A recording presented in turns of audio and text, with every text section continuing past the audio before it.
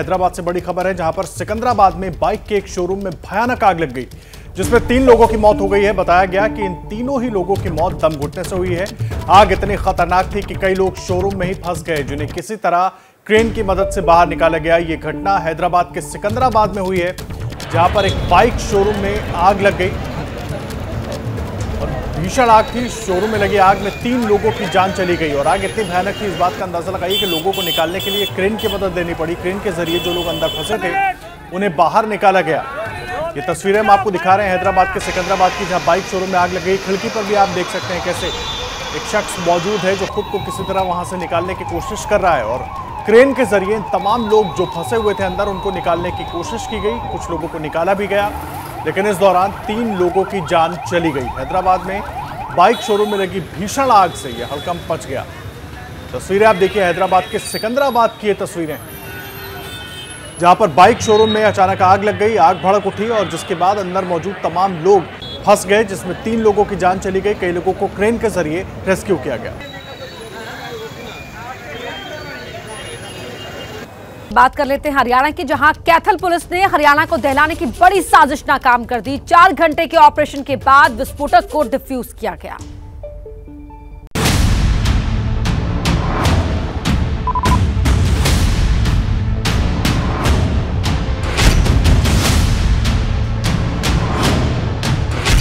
Planning पूरी थी, तबाही का सामान कैथल में दाखिल हो चुका था। विस्फोट को एक छोटे से बक्से में बंद करके लाया गया था। बस अब नापाक मंसूबों को अंजाम देने की बारी थी। तभी पुलिस को भनक लग गई और हरियाणा को दहलाने की बड़ी साजिश नाकाम हो गई। पुलिस ने 1.5 किलो हाई एक्सप्लोसिव, 1 डेटोनेटर और 1 बैटरी बरामद किया। ये हमारा तीतरम थाने के अंदर ये देवबंद कैंची चौक के नाम से जाना जाती है जगह, और यहाँ पे ये इस पदार्थ को भी विस्फोटक सामग्री को कैथल जींद रोड के पास कैंची चौक से बरामद किया गया। तबाही के सामान को साइन बोर्ड के नीचे झाड़ियों में छिपाकर रखा गया था। कल शाम 4 बजे विस्फोटक की सूचना पुलिस को मिली। अंबाला एसटीएफ ने पुलिस को सूचना दी थी। मधुबन से बम निरोधक दस्ता बुलाया गया। हमारे पास एसटीएफ के माध्यम से सूचना आई है और एसटीएफ को जो भी है उनके सोर्सेज के हमने पूरे एरिया को अभी कॉर्डन ऑफ कर दिया है। विस्फोट को डिफ्यूज करने को लेकर करीब 4 घंटे तक ऑपरेशन चला। विस्फोटक सामग्री को निष्क्रिय कर दिया गया। हरियाणा में विस्फोटक सामग्री मिलने की पहली घटना नहीं है। इससे पहले 4 अगस्त को कुरुक्षेत्र जिले के शाहाबाद से आरडीएक्स बरामद किया गया था। 5 मई को करनाल पुलिस ने बस्ताड़ा टोल के पास से विस्फोटकों के साथ 4 आतंकियों को गिरफ्तार किया था। 20 मार्च को अंबाला के नेशनल हाईवे के पास 3 हैंड ग्रेनेड मिले थे और अब कैथल के पास हाई एक्सप्लोसिव बरामद हुआ है। ये विस्फोटक सामग्री कहां से आई, किसने रखी और इसके पीछे क्या मकसद था, पुलिस इन सवालों की जांच में जुट गई है। इस वक्त बड़ी खबर आपको बता दें, देखिए दिल्ली, एनसीआर और मुंबई के कई इलाकों में देर रात बारिश हुई। ये बारिश दिल्ली के लिए तो राहत बनकर बरसी, लेकिन मुंबई में बारिश के बाद पानी भरने से कई इलाकों में लोगों की परेशानी बढ़ गई है। दिल्ली, एनसीआर और मुंबई में देर रात बारिश हुई। दिल्ली में लोगों को गर्मी से राहत जरूर मिल गई, लेकिन मुंबई के लोगों के लिए परेशानी बढ़ गई है। ये बड़ी खबर इस वक्त हम आपको बता रहे हैं। मुंबई में कई इलाकों में पानी भरने से जो सुबह सुबह लोग अब दफ्तरों के लिए और अपने काम पर जाने के लिए निकल रहे हैं, उनके लिए परेशानी बढ़ गई है। दिल्ली, एनसीआर और मुंबई में कल देर रात बारिश हुई। तस्वीरें हम आपको दिखा रहे हैं। दिल्ली, एनसीआर और मुंबई दोनों ही जगहों की अलग अलग तस्वीरें आपकी टीवी स्क्रीन पर हैं, जहां एक तरफ दिल्ली में लोगों को गर्मी से राहत मिल गई, वहीं मुंबई के लिए बारिश परेशानियों का सबब बनकर आई। सुबह जो लोग अपने घरों से अपने काम पर जाने के लिए निकल रहे हैं, उनके लिए दिक्कत बढ़ गई है, क्योंकि जहां तहां पानी भर गया है। हालांकि दिल्ली की बात करें, दिल्ली में लोगों को जरूर गर्मी से राहत मिल गई है, क्योंकि लगातार गर्मी की वजह से लोगों की परेशानियां बढ़ी हुई थी और ऐसे में देर रात हुई इस बारिश के बाद पारा नीचे आ गया है, जिससे लोगों को थोड़ी राहत मिली है। लेकिन मुंबई में वहीं दूसरी तरफ दो तस्वीरें हम आपको दिखा रहे हैं। एक दिल्ली की तस्वीर जहां पर बारिश राहत लेकर आई, वहीं मुंबई में आफत लेकर आई लोगों के लिए। अलग अलग जगहों पर पानी भर गया, जिससे लोगों की मुसीबतें बढ़ गई।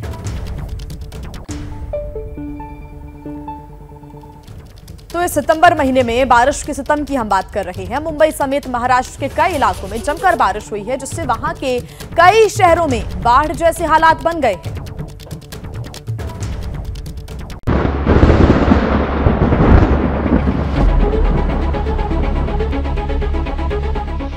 महाराष्ट्र में इन दिनों बारिश ने लोगों की मुसीबतें बढ़ा दी है।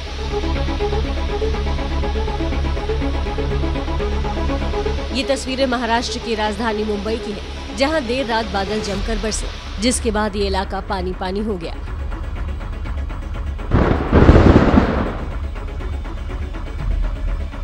देर रात हुई इस बारिश के बाद मुंबई की कई सड़कों पर पानी भर गया, जिसकी वजह से लोगों को मुसीबत का सामना करना पड़ा।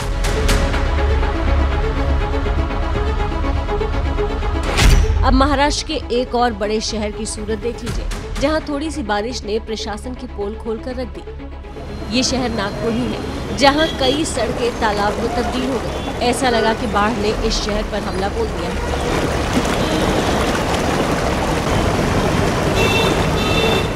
इतना ही नहीं, सवा घंटे की बारिश में नागपुर इंटरनेशनल एयरपोर्ट जाने वाली सड़क डूब सी गई।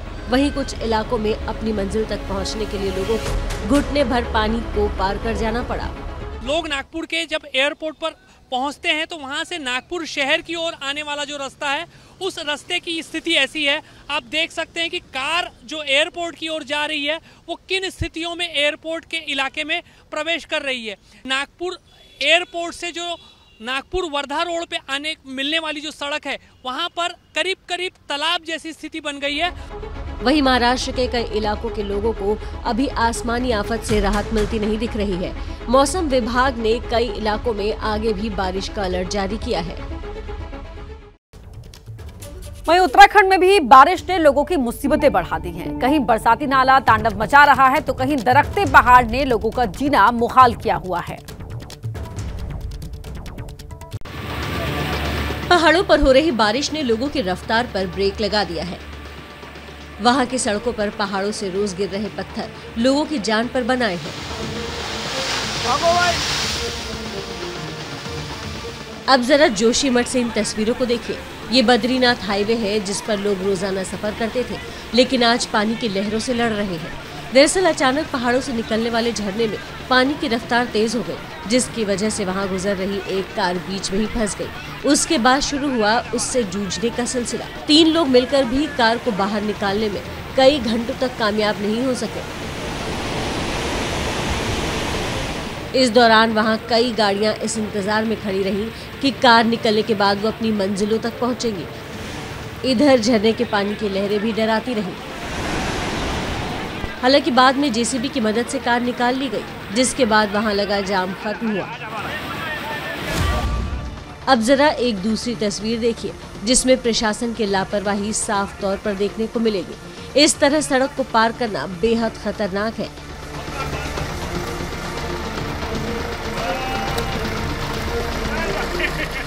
नीचे गहरी खाई है, जरा सी भी लापरवाही जानलेवा साबित हो सकती है। होता यह है कि जब चट्टान टूटकर हाईवे पर गिरती है, तो प्रशासन उसे हटवाकर आवाजाही शुरू करवाता है। लेकिन कर्णप्रयाग के जिलासू में प्रशासन सोता रहा और स्थानीय लोगों ने ही पत्थरों का मलबा दुरुस्त किया, जिसके बाद आवाजाही शुरू हुई। हालांकि ये आवाजाही कितनी खतरनाक है, इन चट्टानों को देखकर आप समझ सकते हैं। और अब बात पड़ोसी देश पाकिस्तान की, जहां पर नदियां तो शांत हो गई हैं, लेकिन मुसीबतें कम नहीं हुई हैं। लगभग पूरा सिंध प्रांत अब भी पानी में डूबा है और बाढ़ में फंसे लोगों को निकालने के लिए रेस्क्यू ऑपरेशन जारी है। पाकिस्तान पर ऐसी आसमानी आफत आई कि 1/3 देश ही कहर के आगे सरेंडर कर गया। शहर शहर समंदर में बदल गए, जबकि गांव-गांव दरिया बन गए। ये ताज़ा तस्वीरें सिंध प्रांत की है, जहां सिंध नदी के तांडव के आगे पूरा पाकिस्तान कराहने लगा। और जब हालात कुछ बेहतर हुए, तो हर तरफ तबाही की निशानियां बिखरी पड़ी मिली। सारा घर हमारा तबाह हो गया है, कुछ नहीं है हमारे पास। ये बच्ची है 10 दिन की, ये सारा दिन रोता है, रात दिन कुछ नहीं मिलता है हमको। अब दिल को छू जाने वाली इस तस्वीर को देखिए। सरकारी नाव बाढ़ पीड़ितों के बीच राहत का सामान लेकर नदी किनारे पहुंची, जिसे लेने के लिए लोगों का हुजूम टूट पड़ा। इस बीच एक बुजुर्ग आगे बढ़े और नाव से सामान भरी बोरी लेने के लिए पानी में घुस गए।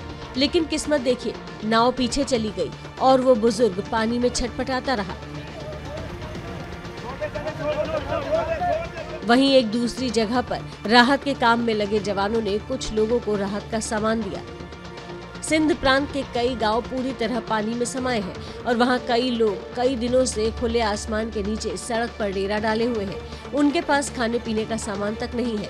किसी तरह कपड़ों का टेंट बनाकर अपने बच्चों की हिफाजत करती ऐसी महिलाएं हर तरफ देखने को मिल जाएंगी। न मस्जिदें बची, न मदरसे और न ही मकान और फसलें।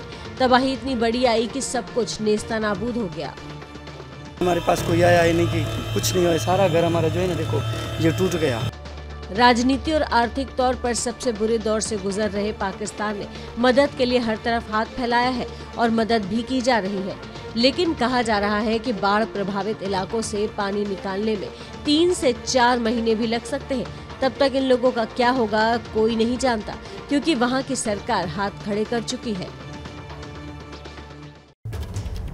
पाकिस्तान का पैसा आतंकवाद पर बहता है या तो फिर उसके नेताओं की काली कमाई पर। लेकिन इस वक्त पाकिस्तान में जो बाढ़ आई हुई है उसमें पाकिस्तान का भविष्य बह रहा है। 30 लाख से ज्यादा लोग बेघर हैं, लेकिन उसके लिए ना दवा का इंतजाम है और ना ही बचाव का कोई मुकम्मल साधन।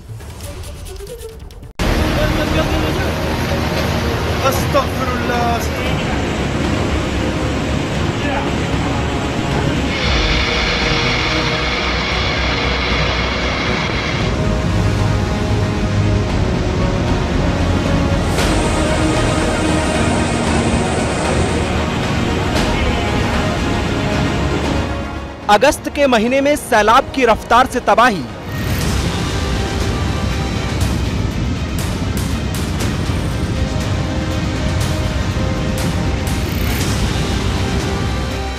और सितंबर में सैलाब के ठहरे हुए पानी से बर्बादी।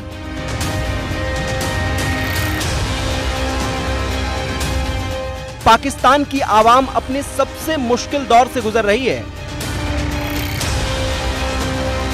रिकॉर्ड तोड़ बारिश और इस बारिश से आई बाढ़ ने लोगों को दरबदर कर दिया है। गांव के गांव अब भी डूबे हुए हैं।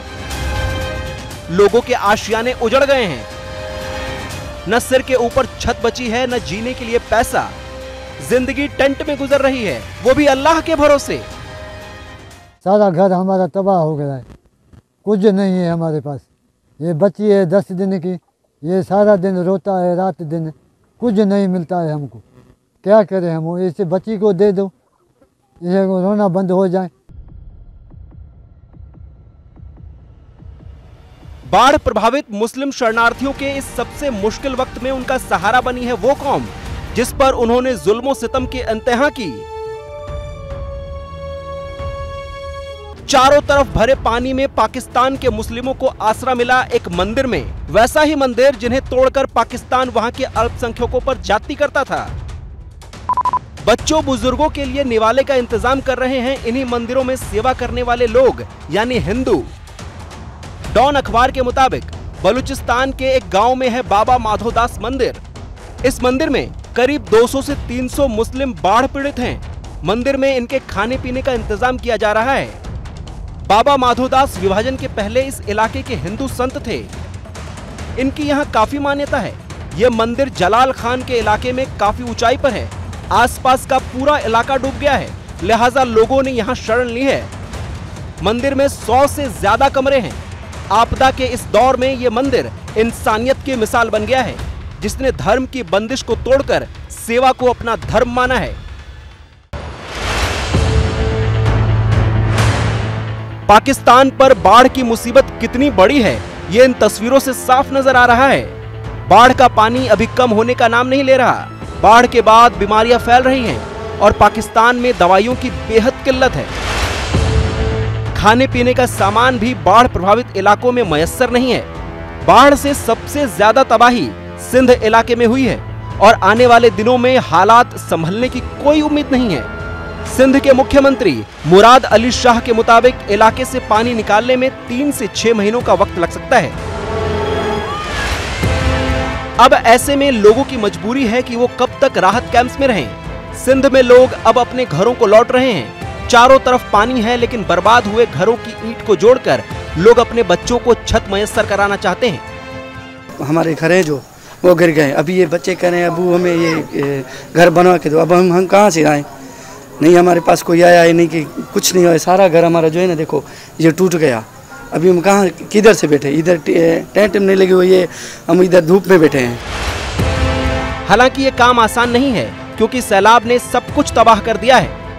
छत गिर गई थी, छत के नीचे तो सामान था मेरा, वो भी चला गया और 5 फुट का इधर भी पानी आ गया था सैलाब के जैसे। हम क्या करेंगे, अपना सामान बचाएंगे या अपनी जानें बचाएंगे। पाकिस्तान की बाढ़ में अब तक 1400 लोगों की जान जा चुकी है, हजारों लोग बेघर हैं, फसलें तबाह हो चुकी हैं, हर तरफ बर्बादी का आलम है। ऐसे में लोगों की जिंदगी को ढर्रे पर आने में कुछ महीने नहीं बल्कि कई साल लगने वाले हैं। आज से 2 दिन के बाद उज्बेकिस्तान की राजधानी समरकंद में दुनिया के महाशक्तियों का जमघट लगने वाला है, लेकिन सबकी निगाहें टिकी होंगी भारत और चीन पर। 15-16 सितंबर को होने वाली एससीओ की बैठक के दौरान मोदी और जिनपिंग मुलाकात कर सकते हैं।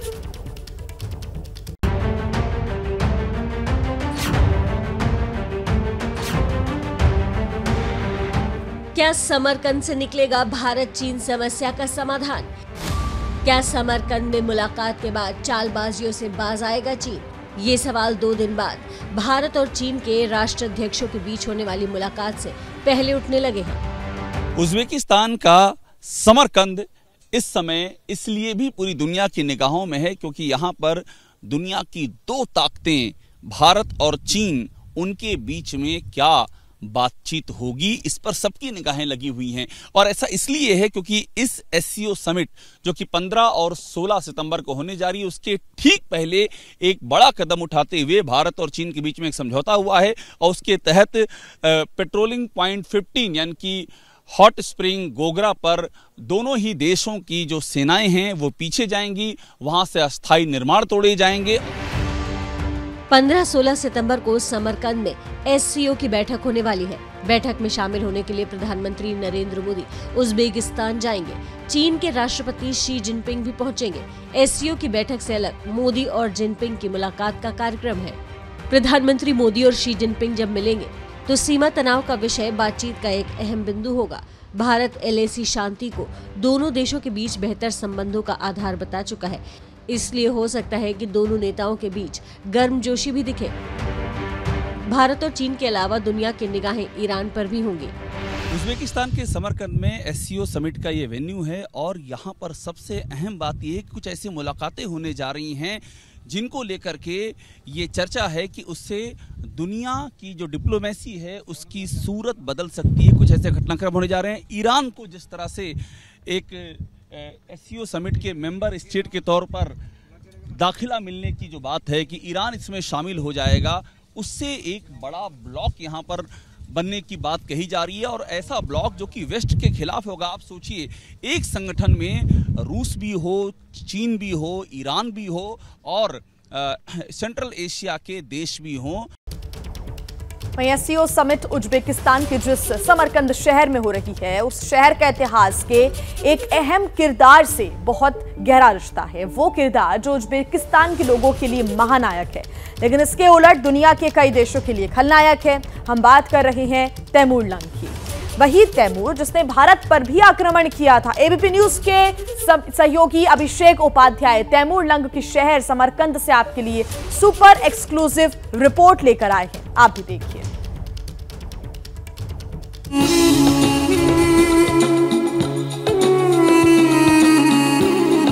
ये समरकंद है, मध्य एशिया के मुल्क उज्बेकिस्तान का ऐतिहासिक शहर। इस शहर की सड़कों पर घूमते हुए एक शख्सियत की मूर्तियां बरबस आपका ध्यान खींच लेती हैं। कहीं घोड़े पर सवार, कहीं तख्त नशीं, कहीं आदमकद मूर्ति। समरकंद ही नहीं, पूरे उज्बेकिस्तान में ये शख्स किसी महानायक का रुतबा रखता है। नाम है तैमूर लंग। बिल्कुल सही समझे आप, वही तैमूर लंग जिसका जिक्र हिंदुस्तान के इतिहास में एक आक्रमणकारी, हत्यारे और लुटेरे के तौर पर दर्ज है, जो पल भर में इंसानों को मारकर लाशों की मीनार खड़ी करवा देता था, जिसकी क्रूरता की कहानियों से दुनिया के न जाने कितने मुल्कों की किताबें भरी पड़ी हैं, जिसका खौफ उसकी मौत के 600 साल बाद भी जिंदा है। उसी तैमूर लंग के शहर में मौजूद है एबीपी न्यूज संवाददाता अभिषेक उपाध्याय। मैं इस समय इतिहास की एक ऐसी कब्र में हूं जहां जब कभी भी अतीत की हवाएं चलती हैं तो वक्त का पहिया कांप उठता है। और ये जो इतिहास की कब्र है, ये उज़्बेकिस्तान के इस ऐतिहासिक शहर समरकंद के शासक अमीर तैमूर की धरोहर यहाँ है। तैमूर की कहानियां भी आपको सुनाएंगे, लेकिन पहले जान लीजिए कि आज भी जिस जगह लोगों का तांता लगता है वो है समरकंद का बाग गुरे आमिर, जहां मौजूद है तैमूर लंग का मकबरा। उज़्बेकिस्तान के समरकंद का ये वो मकबरा है जहां पर तैमूर सोया हुआ है। तैमूर यानी कि इतिहास का वो सुल्तान जिसकी कब्र के भीतर आज भी दुनिया भर के अलग अलग हिस्सों से कराहती हुई चीखें जिंदा है। यहाँ पर आप जैसे कदम रख कर के आगे बढ़ते हैं वैसे वैसे समरकंद से लेकर के अफगानिस्तान और उसके बाद दिल्ली तक जो कत्लेआम का कत्ले गारत का एक सिलसिला चला हुआ था, उसकी आहें यहाँ पर गूंजती हैं। बाग गुरे आमिर का मतलब होता है राजा का मकबरा। लेकिन क्या आप जानते हैं कि जिस तैमूर का खौफ जीते जी दुनिया के कई मुल्कों में था, मौत के बाद भी उसका डर बरकरार है। समरकंद के लोग और कुछ इतिहासकारों के मुताबिक कुछ ऐसा हुआ है कि अब कोई भी शासक या सरकार तैमूर की कब्र को खोलने की हिम्मत नहीं जुटा पाती। कहानी हैरान करने वाली है। दावा किया जाता है कि इतिहास में 2 बार तैमूर की कब्र को खोला गया और दोनों बार कब्र खोलने वालों के साथ कुछ ऐसा हुआ कि तीसरी बार किसी ने ऐसा किया ही नहीं। ये काली कब्र तैमूर लंग की है। उसके बेटे शाहरुख की कब्र, मिरासा की कब्र, तैमूर लंग के एक और बेटे की कब्र, तैमूर लंग के जो पोते और पड़पोते हैं उनकी यहाँ पर कब्रें हैं। इन कब्रों के भीतर समय का जो हिस्सा सोया हुआ है वो हिस्सा अपने दौर में इस कदर विकराल और क्रूर था कि दुनिया उससे कांपती थी। तैमूर लंग की कब्र से खौफ खाने की 2 कहानियों के इतिहास में बहुत चर्चा है। पहली कहानी रूस के शासक जोसेफ स्टालिन से जुड़ी है। 1941 में जोसेफ स्टालिन ने तैमूर की कब्र को खोलने का आदेश दिया। सोवियत मानव विज्ञानी मिखाइल गेरासिमोव ने 1941 में कब्र को खोला था। उन्होंने बताया कि तैमूर की लंबाई करीब 6 फीट थी और वो दाएं पैर और दाएं हाथ से अपंग था।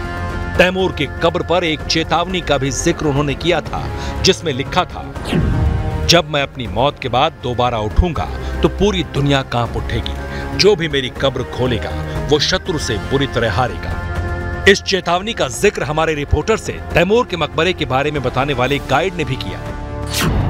It's written underground in the crypt. It was written, if someone disturb my grave, the great war can come exactly. But it's just, who knows, maybe also like a legend for us.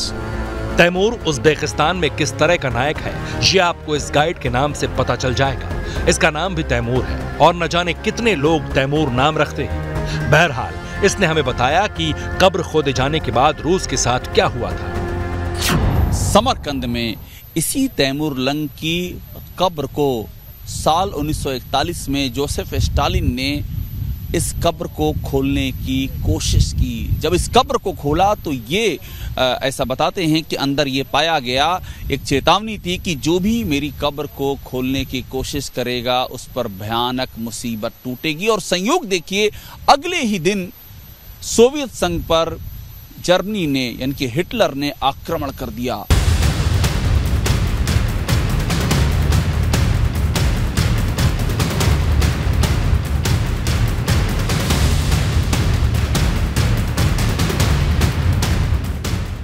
आज भी इस मकबरे में तैमूर से जुड़े दस्तावेज, किताबें और निशानियां सुरक्षित रखी हुई हैं।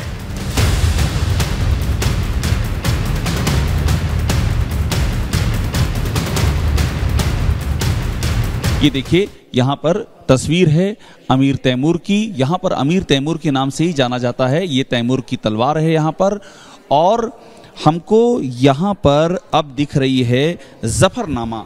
ये देखिए, ये मूल किताब है जफरनामा, जो तैमूर की जिंदगी पर लिखी गई। ये है तैमूर का, ये अक्सराय में तैमूर का घर था। ये उसके घर की तस्वीर है। और बड़ी खबर इस बीच आपको बता दें अमेरिका से। अमेरिका में एक रैपर की गोली मारकर हत्या कर दी गई है। बड़ा अपडेट, ये लॉस एंजलिस में वारदात को अंजाम दिया गया है। पुलिस का कहना है कि रैपर ने काफी गहने पहने हुए थे। संभव है कि लूट के इरादे से यह हत्या की गई हो। पीएनबी के नाम से मशहूर रैपर का असली नाम रकीम एलन था। जिसकी गोली मारकर हत्या कर दी गई है। पुलिस के अनुसार उसने कई गहने पहने हुए थे, शायद इसी वजह से लूट के इरादे से ये हत्या की गई है। पुलिस का फिलहाल ये कहना है। लॉस एंजलिस में इस वारदात को अंजाम दिया गया है। रैपर ने काफी गहने पहन रखे थे। पुलिस ऐसी संभावना व्यक्त कर रही है कि लूट के इरादे से ये हत्या की गई हो।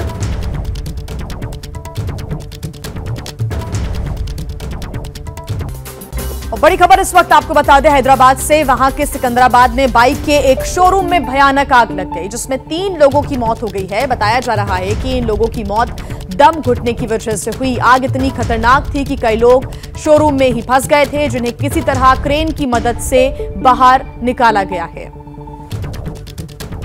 तो यह आंकड़ा बढ़कर अब 6 हो गया है। बड़ी खबर इस वक्त आपको बता रहे हैं, 6 लोगों की शोरूम में आग लगने की वजह से मौत हो गई है। कई लोग इस शोरूम में फंस गए थे।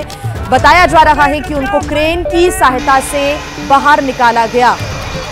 इन लोगों की दम घुटने की वजह से मौत हुई है। इतनी खतरनाक आग थी कि कई लोग इस शोरूम में ही फंसे हुए थे। और ज्यादा जानकारी के साथ हमारे संवाददाता आशीष हमारे साथ जुड़ गए हैं। आशीष, अभी क्या खबर है, अभी क्या अपडेट?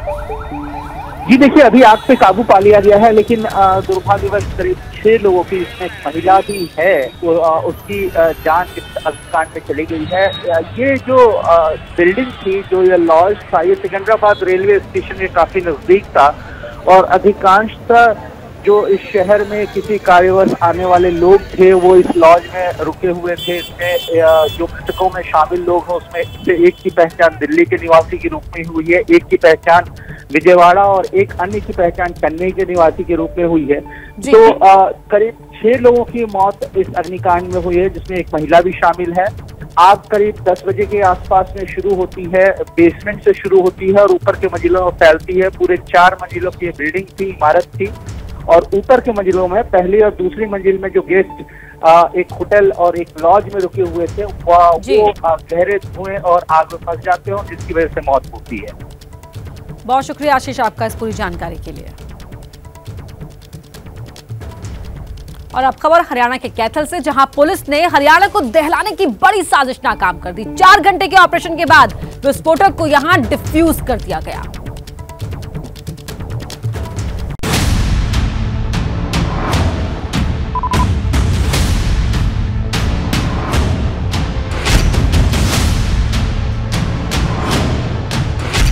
प्लानिंग पूरी थी, तबाही का सामान कैथल में दाखिल हो चुका था। विस्फोट को एक छोटे से बक्से में बंद करके लाया गया था। बस अब नापाक मंसूबों को अंजाम देने की बारी थी। तभी पुलिस को भनक लग गई और हरियाणा को दहलाने की बड़ी साजिश नाकाम हो गई। पुलिस ने 1.5 किलो हाई एक्सप्लोसिव, 1 डेटोनेटर और 1 बैटरी बरामद किया। ये हमारा तीतरम थाने के अंदर ये देवबंद कैंची चौक के नाम से जाना जाती है जगह, और यहाँ पे ये इस पदार्थ को भी विस्फोटक सामग्री को कैथल जींद रोड के पास कैंची चौक से बरामद किया गया। तबाही के सामान को साइन बोर्ड के नीचे झाड़ियों में छिपाकर रखा गया था। कल शाम 4 बजे विस्फोटक की सूचना पुलिस को मिली। अंबाला एसटीएफ ने पुलिस को सूचना दी थी। मधुबन से बम निरोधक दस्ता बुलाया गया। हमारे पास एसटीएफ के माध्यम से सूचना आई है और एसटीएफ को जो भी है उनके सोर्सेज के हमने पूरे एरिया को अभी कॉर्डन ऑफ कर दिया है। विस्फोट को डिफ्यूज करने को लेकर करीब 4 घंटे तक ऑपरेशन चला। विस्फोटक सामग्री को निष्क्रिय कर दिया गया। हरियाणा में विस्फोटक सामग्री मिलने की पहली घटना नहीं है। इससे पहले 4 अगस्त को कुरुक्षेत्र जिले के शाहाबाद से RDX बरामद किया गया था। 5 मई को करनाल पुलिस ने बस्ताड़ा टोल के पास से विस्फोटकों के साथ 4 आतंकियों को गिरफ्तार किया था। 20 मार्च को अंबाला के नेशनल हाईवे के पास 3 हैंड ग्रेनेड मिले थे और अब कैथल के पास हाई एक्सप्लोसिव बरामद हुआ है। ये विस्फोटक सामग्री कहां से आई, किसने रखी और इसके पीछे क्या मकसद था, पुलिस इन सवालों की जांच में जुट गई है। बड़ी खबर इस वक्त आपको बता दें, ज्ञानवापी विवाद में पीएफआई की अब एंट्री हो चुकी है। विवादित संगठन के चेयरमैन ने श्रृंगार गौरी केस की आलोचना की है। मस्जिद को बचाने के लिए समर्थन देने का ऐलान किया है।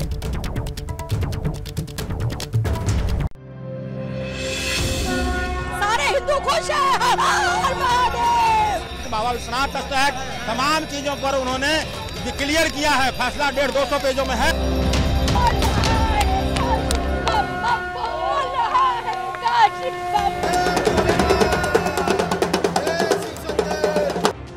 ज्ञानवापी श्रृंगार गौरी केस में वाराणसी की जिला अदालत ने फैसला सुना दिया। कोर्ट ने दायर याचिका पर सुनवाई करने का फैसला किया है। कोर्ट के फैसले से लोग खुश हैं, लेकिन ये फैसला पीएफआई को रास नहीं आ रहा है। फैसले का विरोध करते हुए पॉपुलर फ्रंट ऑफ इंडिया के अध्यक्ष OMA सलाम ने कहा है कि पॉपुलर फ्रंट सदियों पुरानी मस्जिद को आक्रामकता से बचाने के लिए मस्जिद समिति के संघर्षों को अपना समर्थन देता है। उच्च न्यायालय में आदेश को चुनौती देने के अपने फैसले के साथ खड़ा है। जाहिर है फैसले की आड़ में पीएफआई भारत में अशांति फैलाने वाले अपने एजेंडे को आगे बढ़ाने में फिर से जुट गया है, लोगों को भड़काने लगा है। फैसले की आलोचना करते हुए कहा है कि अदालत के फैसले से अल्पसंख्यक अधिकारों पर फांसीवादी हमलों को और बढ़ावा मिलेगा। निर्णय पूजा स्थल अधिनियम 1991 की उपेक्षा करता है। मुस्लिम पक्ष की दलील थी कि ज्ञानवापी पर 1991 का वर्शिप एक्ट लागू होता है, इसलिए ज्ञानवापी के स्वरूप से छेड़छाड़ नहीं की जा सकती। कोर्ट ने इस दलील को खारिज कर दिया है। फैसले के बाद साफ हो गया है कि अब हिंदू पक्ष के पूजा के अधिकार मांगने के मुकदमे पर सुनवाई होगी। अगली सुनवाई के लिए 22 सितंबर की तारीख तय हुई है। ज्ञानवापी पर फैसले को लेकर सियासत भी शुरू हो गई है। AIMIM अध्यक्ष ओवैसी ने फैसले को चुनौती देने की बात कही तो बीजेपी ने स्वागत किया है।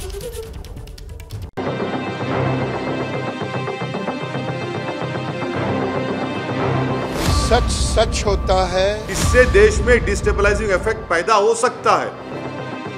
कोर्ट के फैसले के बाद हिंदू पक्ष गदगद है तो सियासत पूरी तरह से गर्म है।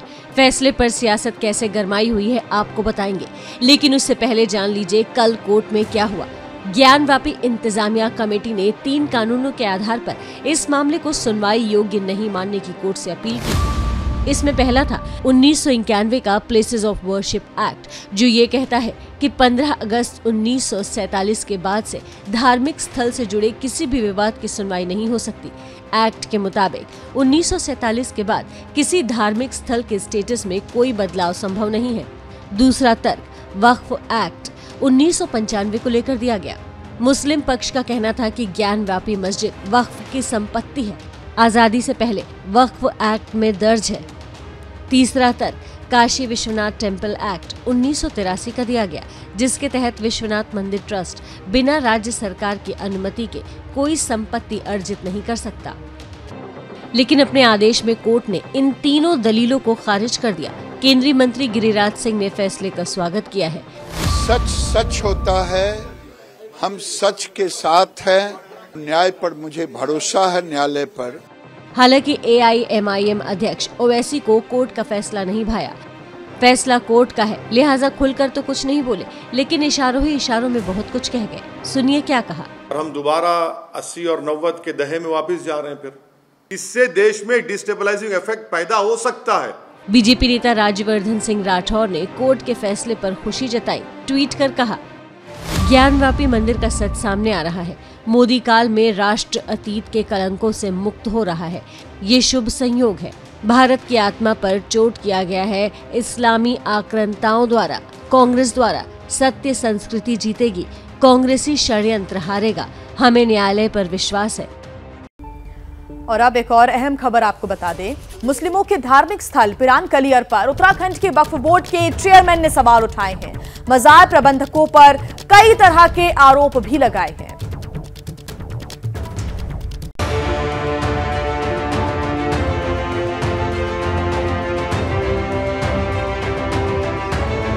वहाँ देह व्यापार का धंधा हो रहा है, ह्यूमन ट्रैफिकिंग भी हो रही है। माफी मांगे, वरना हम कानून के दायरे में रहकर कार्रवाई करें। नीचे से ऊपर तक झाड़ू भी चलेगी और बुलडोजर भी चलेगा। क्या पिरान कलियर दरगाह अपराधियों का पनाहगाह बन गया है? क्या नशाखोरी और मानव तस्करी का अड्डा बन गया है आस्था का केंद्र? उत्तराखंड वक्फ बोर्ड के चेयरमैन शादाब शम्स के लगाए आरोपों के बाद पिरान कलियर दरगाह सवालों से घिर गया है कि जहाँ से लोग मांगने आते हैं, आज वो गंदगी का अड्डा बन गया है। आज वहाँ मेरी कई पुलिस अधिकारियों से, LIU के साथियों से बात हुई तो कह रहे हैं कि ह्यूमन ट्रैफिकिंग का सबसे बड़ा केंद्र आज की डेट में वो बना है। आज की डेट में पिरान कलियर ड्रग्स का बड़ा केंद्र बन चुका है। पिरान कलियर आज की डेट में वेश्यावृत्ति का अड्डा बन चुका है। शादाब शम्स ने उस दरगाह पर सवाल खड़ा किया है जिससे करोड़ों हिंदुस्तानियों की आस्था जुड़ी हुई है। उस आस्था की गवाह है ये तस्वीरें। क्या राजा क्या रंग, मजार पर मत्था टेकने हर कोई जाता है। पिरान कलियर दरगाह में देश ही नहीं बल्कि विदेशों से भी जायरीन पहुंचते हैं। शादाब शम्स के बयान से हड़कंप मच गया है। इनकी सबकी सफाई करेंगे, एक भी गलत आदमी को हम पिरान कलियर में रुकने नहीं देंगे। पूरी तरह से नीचे से ऊपर तक झाड़ू भी चलेगी और बुलडोजर भी चलेगा। पिरान के प्रबंधकों के ऊपर शम्स ने आरोपों की बौछार कर दी, लेकिन ये नहीं बताया कि वो कौन लोग हैं जो आस्था के केंद्र पर गलत कारोबार कर रहे हैं। बयान पर सियासत भी शुरू हो गई है। AIMIM के अध्यक्ष ने उत्तराखंड वक्फ बोर्ड के चेयरमैन पर हमला बोला है। वो जो बयान है उनका, वो बचकाना बयान है। उस बयान में कहीं से कहीं तक कोई सच्चाई नहीं है। बड़ी खबर इस वक्त मुंबई से आपको बता दें, जहां मुंबई में बीती रात से रुक रुक कर बारिश हो रही है, जिससे कई इलाकों में लोगों की परेशानी बढ़ गई है। साकीनाका, कांदीवली, अंधेरी, मलाड और बोरीवली समेत कई जगहों पर सड़कों पर पानी भर गया है। कुछ तस्वीरें भी आपको हम दिखा रहे हैं। बड़ी खबर इस वक्त आपको बता रहे हैं, सबवे बंद हो गए हैं। लोगों के घरों में तक पानी घुसने की पिछले दिनों खबर आई थी और पिछले कुछ वक्त से बारिश थम गई थी, लेकिन एक बार फिर मुंबई में बीती रात से क्योंकि रुक रुक कर बारिश हो रही है, जिससे कई इलाकों में एक बार फिर पानी भरने की जो समस्या है उससे जूझ रहे हैं मुंबई के लोग। तस्वीरें भी आपको हम दिखा रहे हैं। साकीनाका, कांदीवली, अंधेरी, मलाड और बोरीवली समेत कई जगहों पर सड़कों पर पानी भर गया है। कई सड़कें बंद कर दी गई हैं। कई इलाकों में पानी भरने से एक बार फिर लोगों की परेशानी बढ़ गई है। और ज्यादा जानकारी के साथ हमारे सहयोगी सत्यम हमारे साथ जुड़ गए। सत्यम, किस इलाके में इस वक्त आप मौजूद हैं? क्योंकि कल से रुक रुक कर मुंबई में रात में बारिश हुई और उसके बाद सुबह लोगों को परेशानी का सामना करना पड़ा।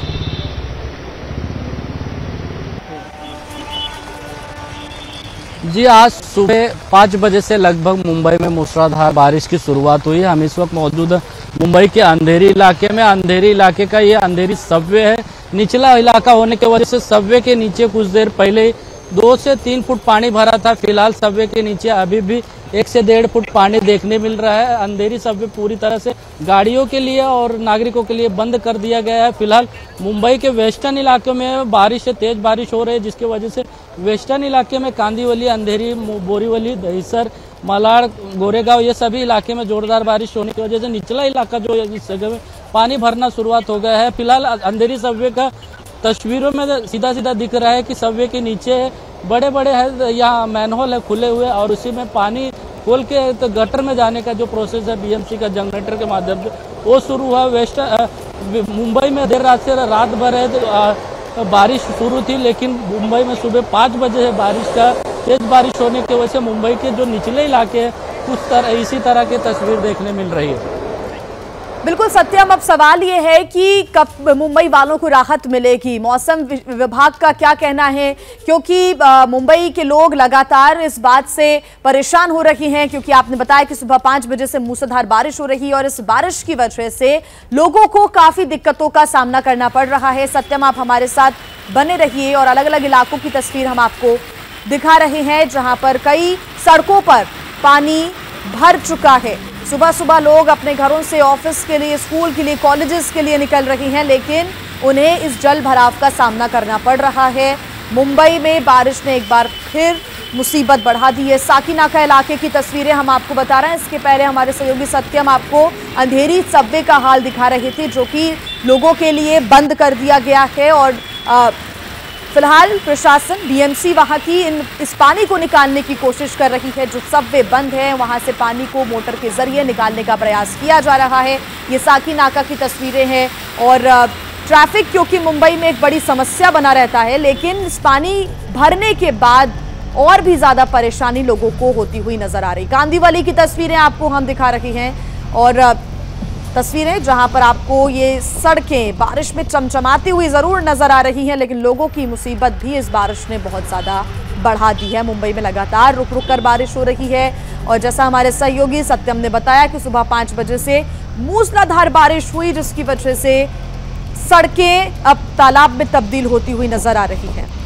एक तरफ दिल्ली में बारिश हुई, गर्मी से राहत मिली, लेकिन मुंबई में बारिश आफत लेकर आई। आफत वाली बारिश मुंबई और महाराष्ट्र के अलग अलग इलाकों में देखने को मिली है। सितंबर का ये महीना है, लेकिन इस महीने में भी लोगों को बारिश से राहत नहीं है। लोग किसी तरह अपनी गाड़ियों को निकालने की कोशिश कर रहे हैं, क्योंकि ऑफिस पहुंचना है, बच्चों को स्कूल छोड़कर आना है, लोग कॉलेज के लिए भी निकल रहे हैं, अपने दिनचर्या की शुरुआत करने के लिए घर से बाहर निकल रहे हैं, लेकिन उन्हें पानी में जो सड़कें डूबी हुई हैं उनका सामना करना पड़ रहा है। अंधेरी सबवे जो कि अब लोगों के लिए बंद कर दिया गया। ये 4 तस्वीरें आपके सामने। मुंबई में एक तरफ जहां रुक रुक कर बारिश हो रही है, दूसरी तरफ हर इलाका पानी पानी नजर आ रहा है। साकी नाका, अंधेरी सबवे, बारिश से बेहाल कांदिवली की तस्वीरें भी सामने आई। सितंबर में बारिश का सितम देखने को मिल रहा है। मुंबई समेत महाराष्ट्र के कई इलाकों में जोरदार बारिश हुई, जिससे वहां के कई शहरों में बाढ़ जैसे हालात बन गए हैं।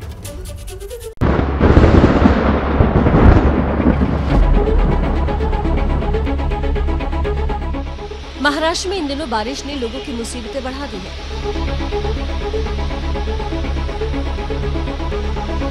ये तस्वीरें महाराष्ट्र की राजधानी मुंबई की है, जहां देर रात बादल जमकर बरसे, जिसके बाद ये इलाका पानी पानी हो गया।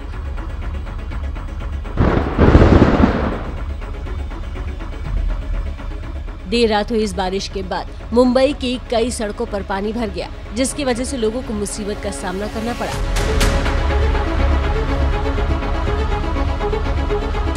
अब महाराष्ट्र के एक और बड़े शहर की सूरत देख लीजिए, जहां थोड़ी सी बारिश ने प्रशासन की पोल खोलकर रख दी। ये शहर नागपुर ही है, जहां कई सड़कें तालाब में तब्दील हो गई। ऐसा लगा कि बाढ़ ने इस शहर पर हमला बोल दिया।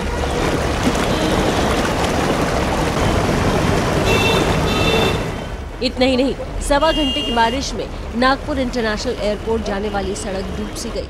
वहीं कुछ इलाकों में अपनी मंजिल तक पहुंचने के लिए लोगों को घुटने भर पानी को पार कर जाना पड़ा। लोग नागपुर के जब एयरपोर्ट पर पहुंचते हैं तो वहां से नागपुर शहर की ओर आने वाला जो रास्ता है, उस रास्ते की स्थिति ऐसी है। आप देख सकते हैं कि कार जो एयरपोर्ट की ओर जा रही है वो किन स्थितियों में एयरपोर्ट के इलाके में प्रवेश कर रही है। नागपुर एयरपोर्ट से जो नागपुर वर्धा रोड पे आने मिलने वाली जो सड़क है, वहां पर करीब करीब तालाब जैसी स्थिति बन गई है। वहीं महाराष्ट्र के कई इलाकों के लोगों को अभी आसमानी आफत से राहत मिलती नहीं दिख रही है। मौसम विभाग ने कई इलाकों में आगे भी बारिश का अलर्ट जारी किया है। और अब बात उत्तराखंड की। यहाँ पर भी बारिश ने लोगों की मुसीबतें बढ़ा दी है। कहीं बरसाती नाला तांडव मचा रहा है, तो कहीं दरकते पहाड़ ने लोगों का जीना मुहाल कर दिया है। पहाड़ों पर हो रही बारिश ने लोगों की रफ्तार पर ब्रेक लगा दिया है। वहां की सड़कों पर पहाड़ों से रोज गिर रहे पत्थर लोगों की जान पर बनाए हैं। अब जरा जोशीमठ से इन तस्वीरों को देखिए। ये बद्रीनाथ हाईवे है, जिस पर लोग रोजाना सफर करते थे, लेकिन आज पानी की लहरों से लड़ रहे हैं।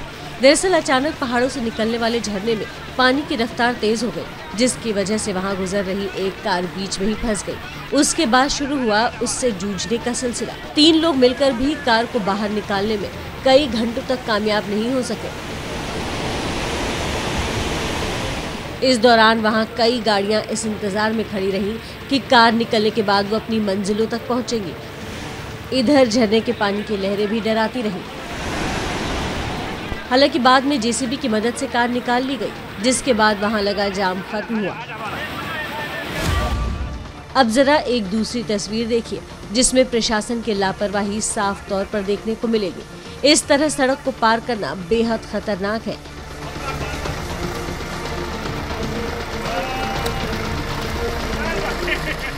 नीचे गहरी खाई है, जरा सी भी लापरवाही जानलेवा साबित हो सकती है।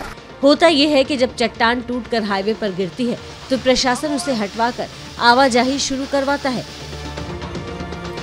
लेकिन कर्णप्रयाग के जिलासू में प्रशासन सोता रहा और स्थानीय लोगों ने ही पत्थरों का मलबा दुरुस्त किया, जिसके बाद आवाजाही शुरू हुई। हालांकि ये आवाजाही कितनी खतरनाक है, इन चट्टानों को देखकर आप समझ सकते हैं। और अब बात करते हैं पड़ोसी देश पाकिस्तान की, जहां नदियां तो शांत हो गई हैं, लेकिन मुसीबतें कम नहीं हुई। लगभग पूरा सिंध प्रांत अब भी पानी में डूबा हुआ है और बाढ़ में फंसे लोगों को निकालने के लिए रेस्क्यू ऑपरेशन चलाया जा रहा है। पाकिस्तान पर ऐसी आसमानी आफत आई कि 1/3 देश ही कहर के आगे सरेंडर कर गया। शहर शहर समंदर में बदल गए, जबकि गांव-गांव दरिया बन गए।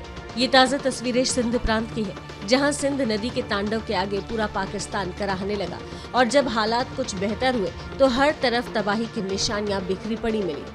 सारा घर हमारा तबाह हो गया है, कुछ नहीं है हमारे पास। ये बच्ची है 10 दिन की, ये सारा दिन रोता है, रात दिन कुछ नहीं मिलता है हमको। अब दिल को छू जाने वाली इस तस्वीर को देखिए। सरकारी नाव बाढ़ पीड़ितों के बीच राहत का सामान लेकर नदी किनारे पहुंची, जिसे लेने के लिए लोगों का हुजूम टूट पड़ा। इस बीच एक बुजुर्ग आगे बढ़े और नाव से सामान भरी बोरी लेने के लिए पानी में घुस गए, लेकिन किस्मत देखिए, नाव पीछे चली गई और वो बुजुर्ग पानी में छटपटाता रहा।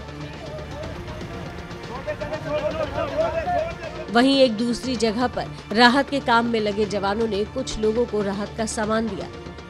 सिंध प्रांत के कई गांव पूरी तरह पानी में समाये हैं और वहां कई लोग कई दिनों से खुले आसमान के नीचे सड़क पर डेरा डाले हुए हैं। उनके पास खाने पीने का सामान तक नहीं है। किसी तरह कपड़ों का टेंट बनाकर अपने बच्चों की हिफाजत करती ऐसी महिलाएं हर तरफ देखने को मिल जाएंगी। न मस्जिदें बची, न मदरसे और न ही मकान और फसलें। तबाही इतनी बड़ी आई कि सब कुछ नेस्तनाबूद हो गया। हमारे पास कोई आया ही नहीं कि कुछ नहीं हुआ, सारा घर हमारा जो है ना देखो ये टूट गया।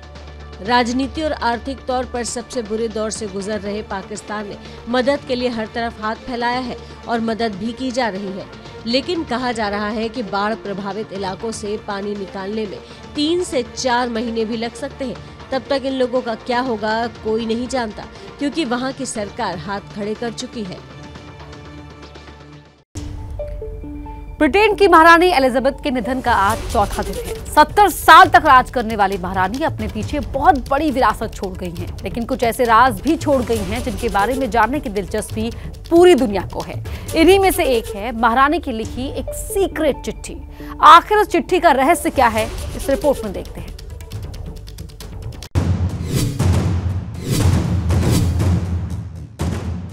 एक तिजोरी, उसके अंदर एक सीक्रेट लेटर जिसमें दर्ज है महारानी के अनजाने राज।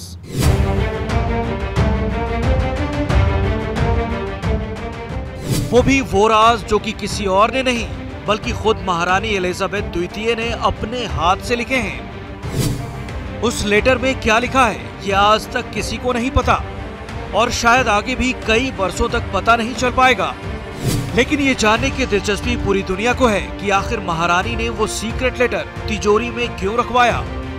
आखिर वो क्या राज हैं जिन्हें महारानी को तिजोरी में बंद करने की जरूरत पड़ी। क्या तिजोरी में रखा वो सीक्रेट लेटर कभी सार्वजनिक भी होगा? क्या महारानी की लिखी चिट्ठी के राज कभी सामने आ पाएंगे? ब्रिटेन की महारानी एलिजाबेथ द्वितीय ने 70 साल तक राज किया। इस लिहाज से देखें तो महारानी अपने आप में एक इतिहास हैं। लेकिन 96 साल की उम्र में उनके निधन के साथ ही इतिहास का ये अहम अध्याय अब बंद हो चुका है। लेकिन महारानी से जुड़े अनेकों रहस्य अब भी लोगों को चौंका रहे हैं। इसी में शामिल है महारानी का वो सीक्रेट लेटर। सबसे दिलचस्प बात यह है कि महारानी का लिखा वो सीक्रेट लेटर न लंदन के शाही महल बकिंघम पैलेस में रखा गया है, न महारानी के एक अन्य महल विंडसर कैसल में है और न ही बालमोरल के उस राजमहल में है जहां महारानी एलिजाबेथ ने अंतिम सांस ली। महारानी का अपने हाथ से लिखा वो सीक्रेट लेटर तिजोरी में बंद है, इंग्लैंड से करीब 17,000 किलोमीटर दूर ऑस्ट्रेलिया के सिडनी में। सिडनी में द क्वीन विक्टोरिया बिल्डिंग नाम का शाही महल ऑस्ट्रेलिया की ऐतिहासिक इमारतों में से एक है। सिडनी की इसी इमारत में एक तिजोरी में बंद है महारानी एलिजाबेथ का सीक्रेट लेटर। महारानी का वो सीक्रेट लेटर एक कांच के केस के अंदर रखा गया है। वो सीक्रेट लेटर सिडनी की ऐतिहासिक बिल्डिंग के गुंबद के एक प्रतिबंधित क्षेत्र में रखा गया है। महारानी एलिजाबेथ द्वितीय ने अपने हाथों से जो सीक्रेट चिट्ठी लिखी, बताया जाता है वो अब से करीब 36 साल पहले की घटना है। ये वाकया 1986 का बताया जा रहा है। ये वो वक्त था जब महारानी एलिजाबेथ द्वितीय ऑस्ट्रेलिया के दौरे पर गई थीं।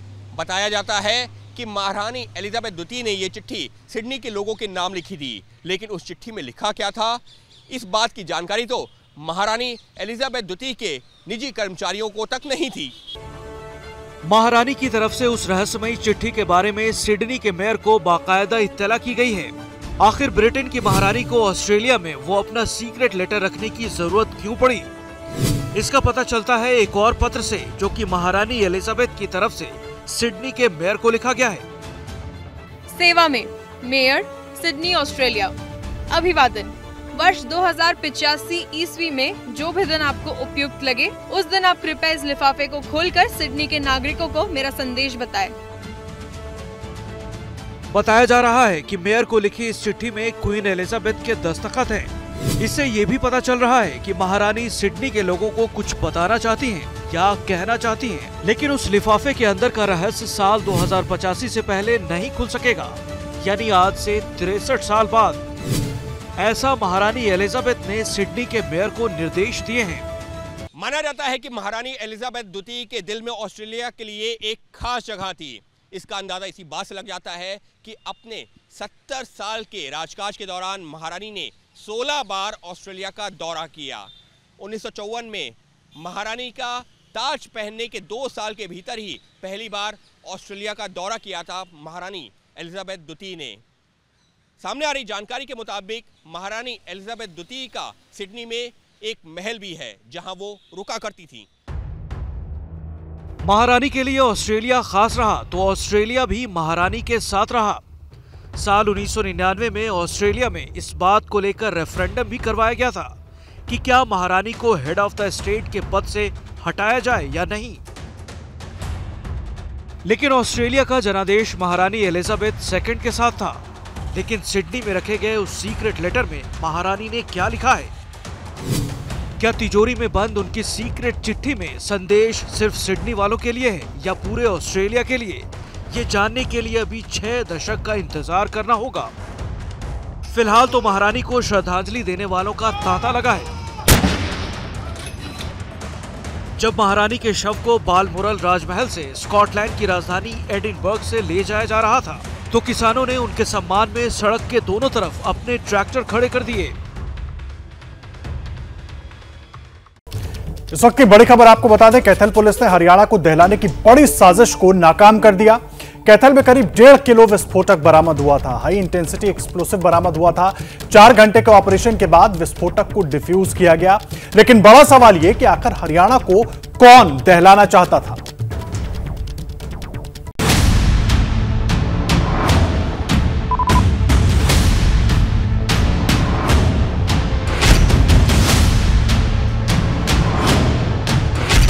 प्लानिंग पूरी थी। तबाही का सामान कैथल में दाखिल हो चुका था। विस्फोट को एक छोटे से बक्से में बंद करके लाया गया था। बस अब नापाक मंसूबों को अंजाम देने की बारी थी। तभी पुलिस को भनक लग गई और हरियाणा को दहलाने की बड़ी साजिश नाकाम हो गई। पुलिस ने 1.5 किलो हाई एक्सप्लोसिव, 1 डेटोनेटर और 1 बैटरी बरामद किया। ये हमारा तीतरम थाने के अंदर ये देवबंद कैंची चौक के नाम से जाना जाती है जगह, और यहाँ पे ये इस पदार्थ को भी विस्फोटक सामग्री को कैथल जींद रोड के पास कैंची चौक से बरामद किया गया। तबाही के सामान को साइन बोर्ड के नीचे झाड़ियों में छिपाकर रखा गया था। कल शाम 4 बजे विस्फोटक की सूचना पुलिस को मिली। अंबाला एसटीएफ ने पुलिस को सूचना दी थी। मधुबन से बम निरोधक दस्ता बुलाया गया। हमारे पास एसटीएफ के माध्यम से सूचना आई है और एसटीएफ को जो भी है उनके सोर्सेज के पास हमने पूरे एरिया को अभी कॉर्डन ऑफ कर दिया है। विस्फोट को डिफ्यूज करने को लेकर करीब 4 घंटे तक ऑपरेशन चला। विस्फोटक सामग्री को निष्क्रिय कर दिया गया। हरियाणा में विस्फोटक सामग्री मिलने की पहली घटना नहीं है। इससे पहले 4 अगस्त को कुरुक्षेत्र जिले के शाहाबाद से आरडीएक्स बरामद किया गया था। 5 मई को करनाल पुलिस ने बस्ताड़ा टोल के पास से विस्फोटकों के साथ 4 आतंकियों को गिरफ्तार किया था। 20 मार्च को अंबाला के नेशनल हाईवे के पास 3 हैंड ग्रेनेड मिले थे और अब कैथल के पास हाई एक्सप्लोसिव बरामद हुआ है। ये विस्फोटक सामग्री कहां से आई, किसने रखी और इसके पीछे क्या मकसद था, पुलिस इन सवालों की जांच में जुट गई है। और देखिए, इस खबर से जुड़े हर जानकारी हम आप तक साझा करने के लिए हमारे साथ चंडीगढ़ से हमारे सहयोगी चैनल एबीपी साझा के संपादक जगविंदर पटियाल जुड़ रहे हैं। बहुत स्वागत है जगविंदर आपका। सबसे पहले मैं ये जानना चाहूंगा कि आखिर इस पूरे मामले में अभी तक का अपडेट क्या है, और बड़ा सवाल जस का तस बना हुआ है कि हरियाणा को दहलाना कौन चाहता था? देखिए, मुझे ये लगता है कि कहीं ना कहीं कोई पंजाब के या फिर हरियाणा के कई इलाकों से जुड़े हुए मॉड्यूल काम कर रहे हैं और अगर पिछले 4 महीने में देखें तो ये तीसरा बड़ा एक्सप्लोसिव मिलने का मामला है। इससे पहले जैसा कि अभी बताया गया कि करनाल और शाहबाद में विस्फोटक मिला था और उसमें पंजाब के फिरोजपुर और तरन तारण से जुड़े हुए लोगों को गिरफ्तार किया गया था। और जो करनाल वाला मामला है उसमें नाम किसका आया था? नाम आया था हरविंदर सिंह रिंडा, जो पहले गैंगस्टर होता था लेकिन अब ISI के इशारे पर पाकिस्तान में पहुंचकर वो भारत के खिलाफ कोई ना कोई साजिश, आतंक फैलाने की कोई ना कोई साजिश रच रहा है। पंजाब में अगर हम लुधियाना बम ब्लास्ट के अलावा अगर देखें कि इंटेलिजेंस हेडक्वार्टर पर रॉकेट हमले की बात हो या फिर सब इंस्पेक्टर की गाड़ी में अमृतसर के अंदर बम प्लांट करने की घटना हुई हो, इन तमाम चीजों से हरविंदर सिंह रिंडा के तार जुड़े थे और वो पहले यहाँ पंजाब में गैंगस्टर था, एक्टिविटीज में इन्वॉल्व रहा है, अपराध की दुनिया में उसका यहाँ पर कई केसों में नाम आने के बाद वो यहाँ से फरार हुआ था और फिर उसे ISI ने हाथों हाथ उठाया और अब उसे लाहौर से कराची शिफ्ट किया गया है। और इस तरह की वारदातों के लिए उसके साथ जो गैंगस्टर्स इन्वॉल्व रहे थे उन तमाम लोगों को इसमें इस्तेमाल किया जा रहा है। STF हरियाणा की ये सूचना थी कि कैथल में 1 किलो 50 ग्राम RDX या हाई एक्सप्लोसिव जो डिवाइस है वो रखी गई है और इसमें जो है वो कहां इसको इस्तेमाल होना है ये आदर्श इसलिए नहीं पता चल पाता है क्योंकि जो भी ISI के हैंडलर हैं या जो भी ISI के मॉड्यूल हैं वो क्या करते हैं कि एक जगह पर कोई RDX या हथियार छोड़ देते हैं और फिर ये नहीं बताते हैं कि आगे किसको उठाना है और दूसरे आदमी की ये ड्यूटी लगाते हैं कि फला जगह पर जाइए, वहां पर आपको एक लिफाफा या एक कंटेनर या एक बॉक्स मिलेगा, उसमें ये चीज रखी हुई है, आपको वो उठाकर आगे दिल्ली या फलानी जगह पर या दूसरे राज्य में फलानी जगह छोड़ देनी है।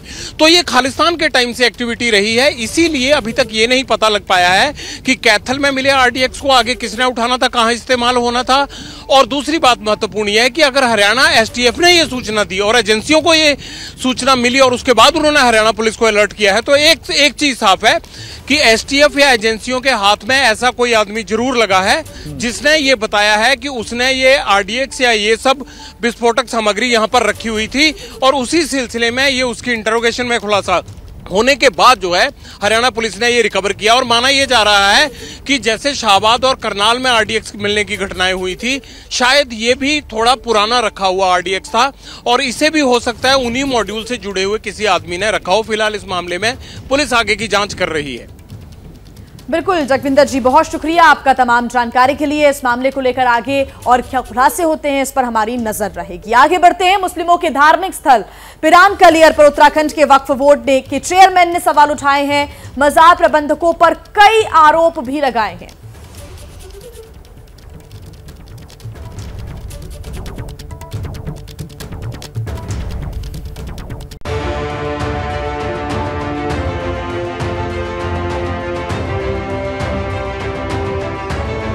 वहाँ देह व्यापार का धंधा हो रहा है, ह्यूमन ट्रैफिकिंग भी हो रही है। माफी मांगे वरना हम कानून के दायरे में रहकर कार्रवाई करेंगे। नीचे से ऊपर तक झाड़ू भी चलेगी और बुलडोजर भी चलेगा।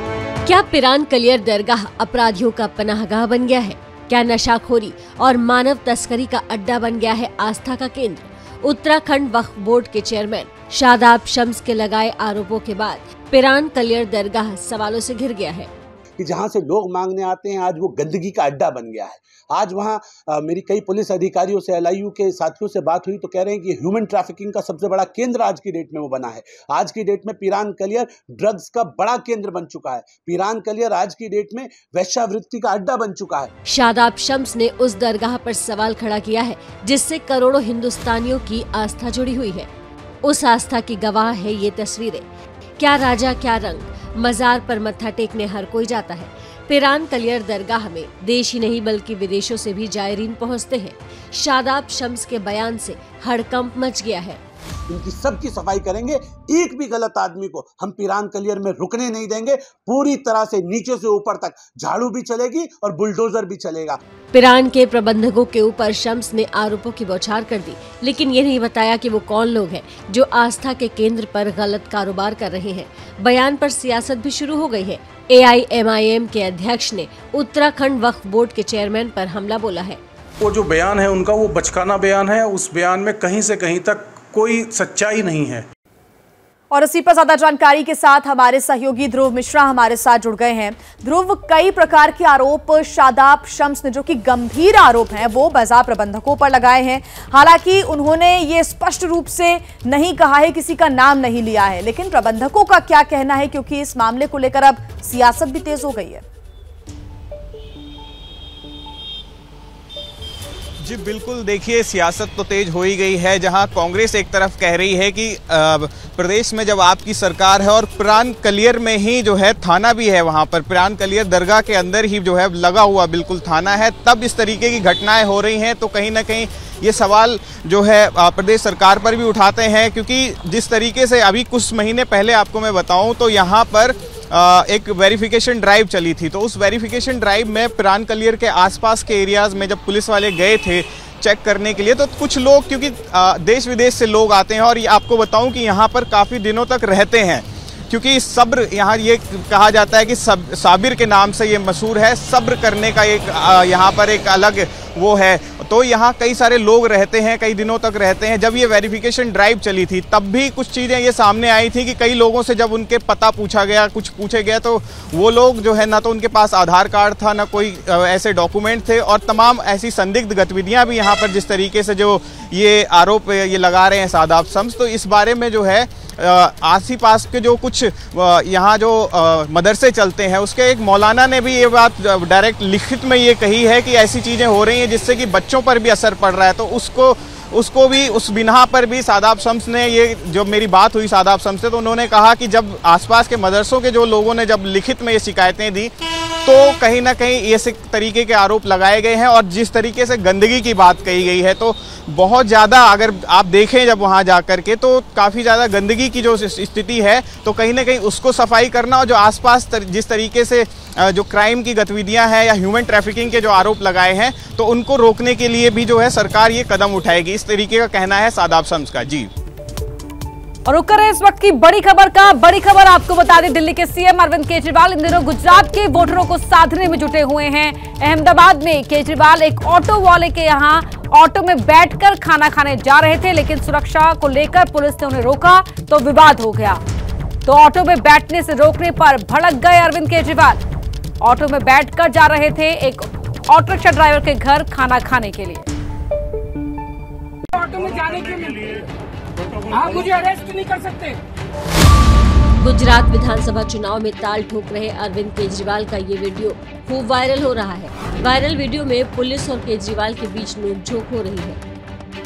ऑटो में जाने के लिए आप मुझे अरेस्ट नहीं कर सकते। मैंने आपको लिख के दे दिया, मुझे आपकी सिक्योरिटी नहीं चाहिए। आप जबरदस्ती दे रहे हैं मुझे सिक्योरिटी। मैंने अभी आपको चिट्ठी लिख के दे दी कि मुझे आपकी सिक्योरिटी नहीं चाहिए। आप कह रहे हैं मैं तो दूंगा सिक्योरिटी, तो आप तो मुझे कैद कर रहे हैं। You are arresting me, you can not arrest me. Kejriwal जिद पर अड़ गए, ऑटो से ही जाऊंगा, ऑटो से नीचे नहीं उतरूंगा।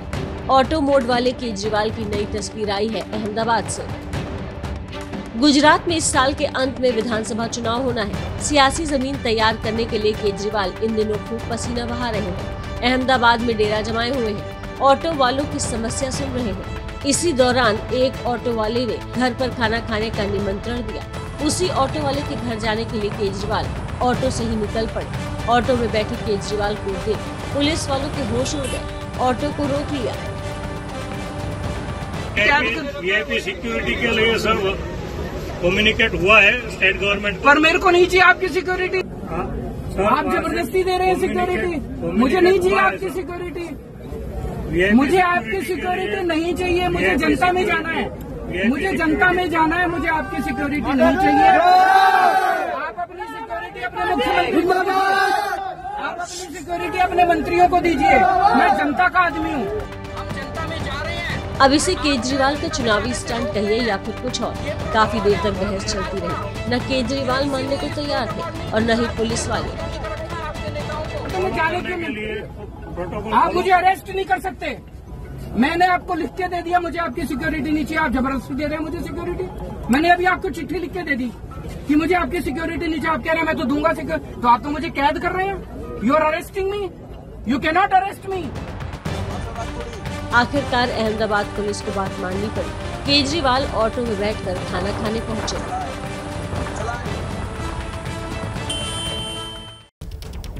और देखिए, इस पूरे घटनाक्रम पर बात करने के लिए और ज्यादा जानकारी के साथ दिल्ली से हमारे दो संवाददाता जुड़े हुए हैं, दीपक रावत और नीरज पांडे। नीरज, मैं सबसे पहले आपका रुख कर रहा हूं। बीजेपी शासित राज्य है गुजरात, चुनाव होने हैं, वहां पर अरविंद केजरीवाल लगातार सक्रिय हैं।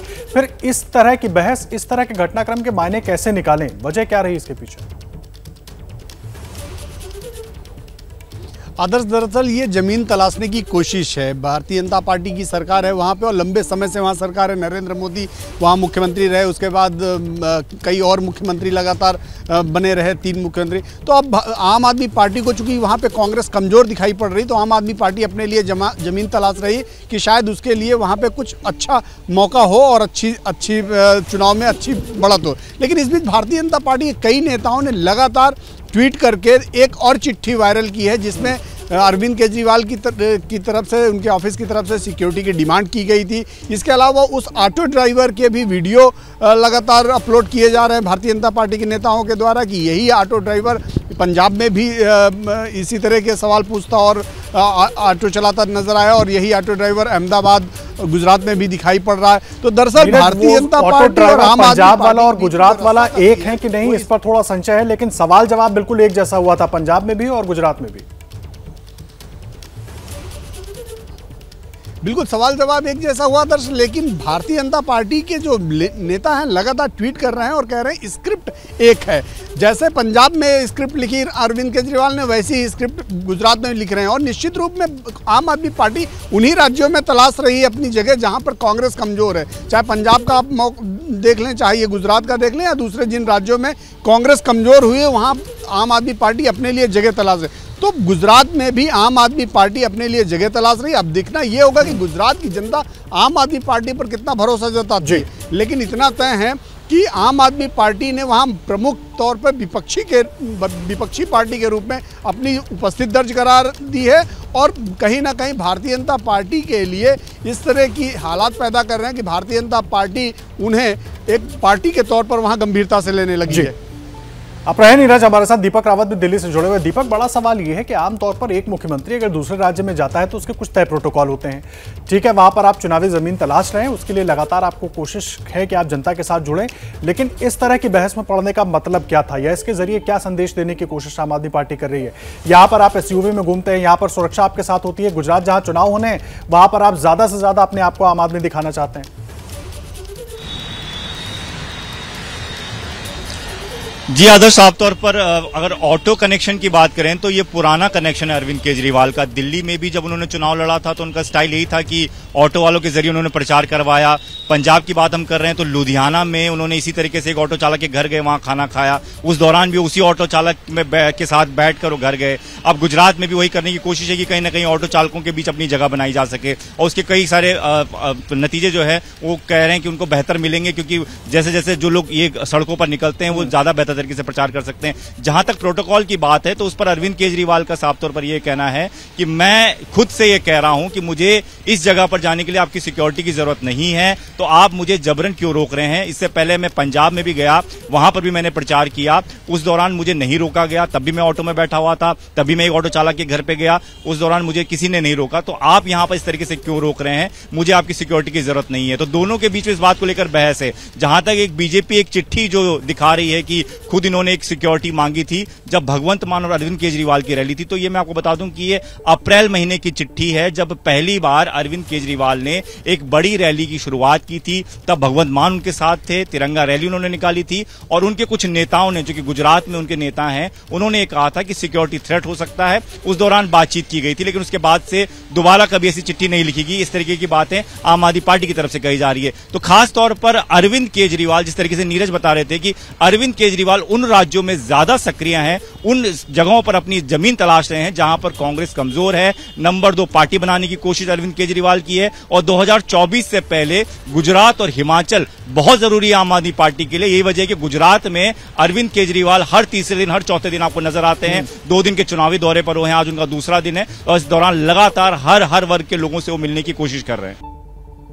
और अब खबर मुंबई से, जहां बीती रात से ही रुक रुक कर बारिश हो रही है, जिससे कई इलाकों में लोगों की परेशानी बढ़ गई है। बड़ी खबर आपको बता रहे हैं, साकीनाका, कांदिवली, अंधेरी, मलाड और बोरीवाली समेत कई जगहों पर सड़कों पर पानी भर गया है। तस्वीरों में भी आप देख सकते हैं, ये तस्वीरें अंधेरी की आपकी टीवी स्क्रीन पर, जहां पानी भर गया है और ऐसे में लोगों की परेशानियां बढ़ गई हैं। एक बार फिर से मुंबई में देर रात से ही रुक रुक कर बारिश होने का सिलसिला शुरू हुआ, तो अब सवेरे भी ये बारिश लगातार यहां पर देखने को मिल रही है, जिसके बाद सड़कों पर जल जमाव की ऐसी हालत यहां इन तस्वीरों में आप देख सकते हैं। मुंबई में रुक रुक कर बारिश हो रही है, कई सड़कों पर पानी भर गया है। अंधेरी में भी लगातार यहां लोगों की मुश्किलें बढ़ी हुई दिखाई दे रही हैं। साकीनाका की तस्वीरें आपकी टीवी स्क्रीन पे, तो बारिश से बेहाल है कांदिवली के लोग भी, जहां सड़क पर पानी भरा होने की वजह से परेशानियां बढ़ गई हैं। मृत्युंजय हमारे सहयोगी लाइव जुड़ रहे हैं हमारे साथ मुंबई से। मृत्युंजय, इस वक्त आप किस क्षेत्र में मौजूद है और वहां की तस्वीरें दिखाएं जरा। जी बिल्कुल अपर्णा, मैं मुंबई के अंधेरी इलाके में हूँ और अंधेरी सबवे के पास हूँ, जहाँ बीती रात एक बहुत बड़ा हादसा होते होते टल गया।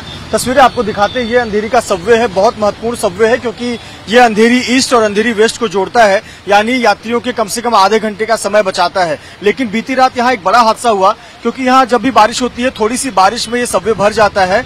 पानी का प्रवाह इतना अधिक था कि 2 ऑटो रिक्शा जो है वो सबवे में बहने लगे, बहकर वो नाले की ओर बहने लगे। और लेकिन सबसे राहत की बात यही थी कि जो चालक थे, ऑटो चालक थे, वो मौजूद नहीं थे। उन्होंने सही समय रहते ऑटो से वो बाहर निकल आए, और लेकिन 2 जो ऑटो रिक्शा है वो पानी के प्रवाह से बह गए। आप इससे कल्पना करिए कि यह कितना भयावह हादसा हो सकता था। कुछ समय पहले तक बारिश की रफ्तार थोड़ी धीमी हुई थी, जिसके चलते अंधेरी सबवे का पानी फिलहाल निकल गया है। आप देखिए अंधेरी सबवे को खोल भी दिया गया है क्योंकि आज कामकाज का दिन है। अगर सबवे बंद रहेगा तो बहुत अधिक ट्रैफिक हो जाएगी एसवी रोड पर। लेकिन आपको बता दें कि कल शाम 6 बजे से ही लगातार तेज मूसलाधार बारिश का सिलसिला शुरू है और रात के समय, रात 12 बजे से लेकर 5:30 बजे तक तो पूरे मुंबई और आसपास के इलाकों में तेज मूसलाधार बारिश होती रही, जिसकी वजह से कई निचले इलाकों में पानी भर गया है। और तस्वीरों में हम दर्शकों को दिखा रहे हैं कि किस प्रकार से मुंबई के साकीनाका, मलाड, बोरीवली, कांदिवली, अंधेरी, इन जगहों पर पानी भर गया है। मौसम विभाग ने अगले 3 दिनों के लिए इसी प्रकार से बारिश की चेतावनी दी है। और न केवल मुंबई बल्कि मुंबई के अलावा महाराष्ट्र के कई ऐसे जिले हैं जहां बहुत भारी बारिश हो रही है और कई जगहों पर तो बाढ़ की स्थिति पैदा हो गई है। अगर हम बात करें मुंबई की, तो निश्चित तौर पर मुंबई में लगातार बीती रात से ही बारिश हो रही है और निचले इलाकों में पानी भरा है। आज कामकाज का दिवस है, दिन है, तो लोग जो काम पर लौट रहे हैं, जा रहे हैं, उनके लिए निश्चित तौर पर मुश्किलें बढ़ सकती हैं। पर फिलहाल जो रेलवे ने जानकारी दी है कि जो ट्रेनें हैं वो सुचारू रूप से समय पर चल रही हैं। कुछ जगहों पर ट्रैफिक की समस्या जरूर है, लेकिन अगर इसी प्रकार से दिन भर बारिश होती रही, खास तौर पे अगर 12 बजे के आसपास तेज मूसलाधार बारिश होती रही तो मुश्किलें बढ़ सकती हैं, क्योंकि 12 बजे समुद्र में 4 मीटर से भी अधिक ऊंची लहरें, यानी हाई टाइड का वक्त है, तो कहीं न कहीं मुश्किलें बढ़ सकती हैं। जी अपर्णा, बहुत शुक्रिया मृत्युंजय आपका इस पूरी बातचीत के लिए, साथ ही तस्वीरें दिखाने के लिए बहुत बहुत शुक्रिया आपका। सितंबर के महीने में बारिश का सितम जारी है, तो ऐसे में मुंबई समेत महाराष्ट्र के कई इलाकों में जोरदार बारिश होने की वजह से कई शहर ऐसे हैं जहां बाढ़ जैसे हालात बन गए।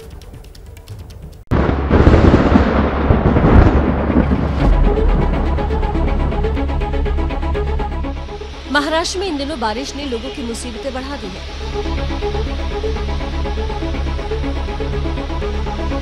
ये तस्वीरें महाराष्ट्र की राजधानी मुंबई की है, जहां देर रात बादल जमकर बरसे, जिसके बाद ये इलाका पानी पानी हो गया।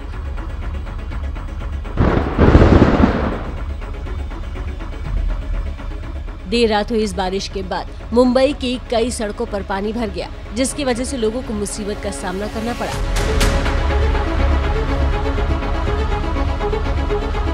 अब महाराष्ट्र के एक और बड़े शहर की सूरत देख लीजिए, जहां थोड़ी सी बारिश ने प्रशासन की पोल खोलकर रख दी। ये शहर नागपुर ही है, जहां कई सड़कें तालाब में तब्दील हो गई। ऐसा लगा कि बाढ़ ने इस शहर पर हमला बोल दिया।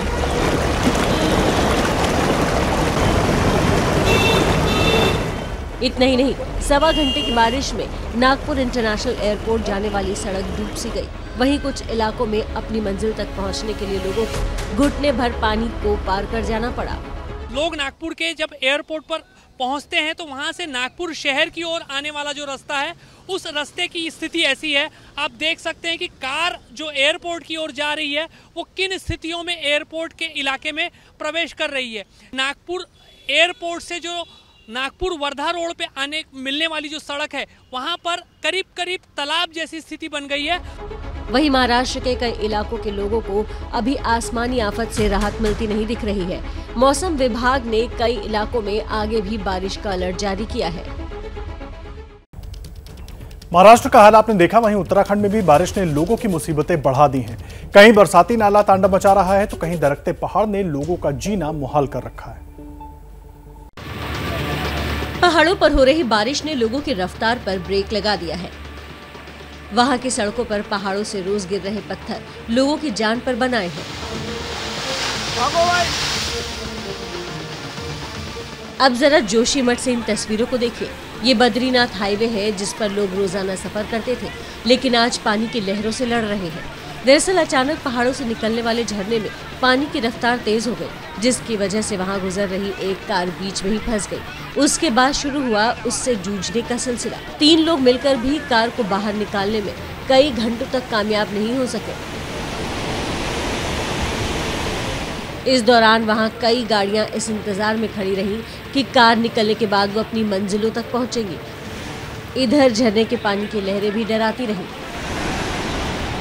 हालांकि बाद में जेसीबी की मदद से कार निकाल ली गई, जिसके बाद वहां लगा जाम खत्म हुआ।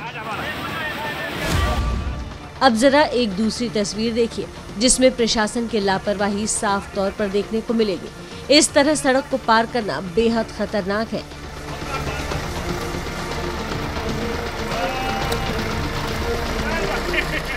नीचे गहरी खाई है, जरा सी भी लापरवाही जानलेवा साबित हो सकती है। होता यह है कि जब चट्टान टूटकर हाईवे पर गिरती है तो प्रशासन उसे हटवाकर आवाजाही शुरू करवाता है, लेकिन कर्णप्रयाग के जिलासू में प्रशासन सोता रहा और स्थानीय लोगों ने ही पत्थरों का मलबा दुरुस्त किया, जिसके बाद आवाजाही शुरू हुई। हालांकि ये आवाजाही कितनी खतरनाक है, इन चट्टानों को देखकर आप समझ सकते हैं। तो वहीं पड़ोसी देश यानी कि पाकिस्तान में नदियां तो शांत हो गई हैं, लेकिन मुसीबतें कम नहीं हुई हैं। लगभग पूरा सिंध प्रांत अब भी पानी में डूबा हुआ है और बाढ़ में फंसे लोगों को निकालने के लिए रेस्क्यू ऑपरेशन जारी है। पाकिस्तान पर ऐसी आसमानी आफत आई कि 1/3 देश ही कहर के आगे सरेंडर कर गया। शहर शहर समंदर में बदल गए, जबकि गांव-गांव दरिया बन गए। ये ताजा तस्वीरें सिंध प्रांत की है, जहां सिंध नदी के तांडव के आगे पूरा पाकिस्तान कराहने लगा और जब हालात कुछ बेहतर हुए तो हर तरफ तबाही की निशानियां बिखरी पड़ी मिली। सारा घर हमारा तबाह हो गया है, कुछ नहीं है हमारे पास। ये बच्ची है 10 दिन की, ये सारा दिन रोता है, रात दिन कुछ नहीं मिलता है हमको। अब दिल को छू जाने वाली इस तस्वीर को देखिए। सरकारी नाव बाढ़ पीड़ितों के बीच राहत का सामान लेकर नदी किनारे पहुंची, जिसे लेने के लिए लोगों का हुजूम टूट पड़ा। इस बीच एक बुजुर्ग आगे बढ़े और नाव से सामान भरी बोरी लेने के लिए पानी में घुस गए, लेकिन किस्मत देखिए, नाव पीछे चली गई और वो बुजुर्ग पानी में छटपटाता रहा। वहीं एक दूसरी जगह पर राहत के काम में लगे जवानों ने कुछ लोगों को राहत का सामान दिया। सिंध प्रांत के कई गांव पूरी तरह पानी में समाये हैं और वहां कई लोग कई दिनों से खुले आसमान के नीचे सड़क पर डेरा डाले हुए हैं। उनके पास खाने पीने का सामान तक नहीं है। किसी तरह कपड़ों का टेंट बनाकर अपने बच्चों की हिफाजत करती ऐसी महिलाएं हर तरफ देखने को मिल जाएंगी।